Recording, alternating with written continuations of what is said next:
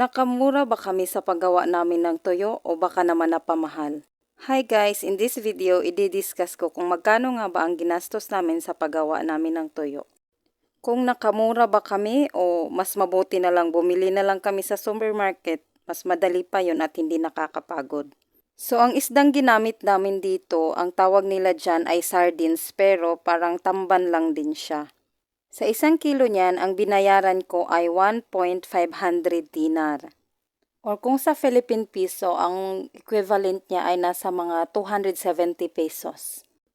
Mukhang mahal po, pero noong isang araw nagpunta kami ng supermarket at nakita namin doon ang tuyo, ang price niya ay yung 4 na piraso lang ng ganyan kalalaki, ang price na niya ay 1 KD or equivalent sa mga 180 pesos. 4 na piraso pa lang po yun.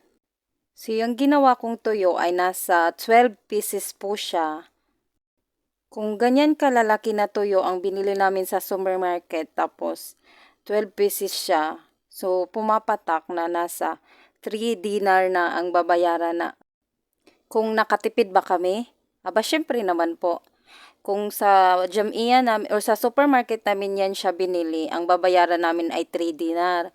Pero nung binili ko yung fresh na isda, ang binayaran ko lang ay 1,500 or kalahati nung 3 dinar.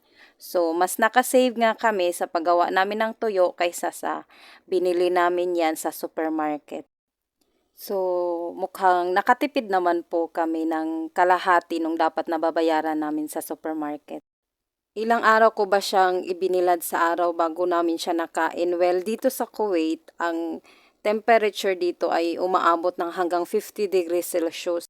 Kaya naman kahit ganyan kalalaki yung isda na binilad ko, ay 2 days lang po siyang binilad at sobrang tuyong-tuyo na po siya.